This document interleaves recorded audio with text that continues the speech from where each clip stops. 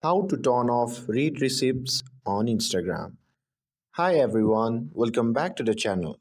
In this video, I'm going to show you how you can turn off your read receipts on Instagram. It's very simple process, so without further ado, let's get started. So first thing first, open your Instagram and make sure that you are logged in to your account. Once you are in the Instagram app, simply tap on the profile icon shown on the bottom right corner. And once you are in your profile, simply tap on the three dash icon shown on the top right corner. And you will be prompted to the settings and activity page. From there, simply scroll down a little bit and tap on notifications. Once you are in the notification section, simply tap on messages.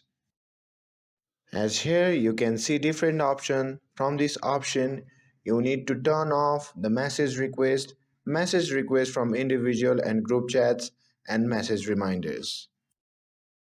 And once you have turned off these three options, you can simply go back to your profile. And that's how you can turn off read receipts on Instagram. I hope you found this video helpful. If you found this video helpful, don't forget to like and subscribe to get updated for more videos. Thanks for watching, and I'll see you in the next video.